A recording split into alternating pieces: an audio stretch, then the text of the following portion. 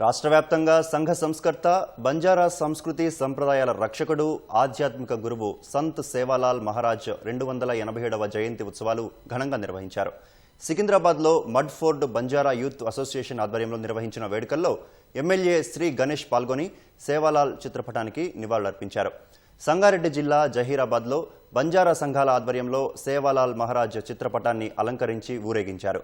ఉత్సవంలో భాగంగా భారీ బ్యాండ్ మేళం వాయింపు, సంప్రదాయ నృత్యాలు ప్రత్యేక ఆకర్షణగా నిలిచాయి. మహబూబాబాద్లో గిరిజనుల ఆరాధ్య దైవం జయంతి వేడుకల్లో మాజీ ఎమ్మెల్యే శంకర నాయక్ పాల్గొన్నారు. తన తాత్విక చింతనతో ప్రజలను సన్మార్గంలో నడిపించారని ఎమ్మెల్యే కొనియాడారు.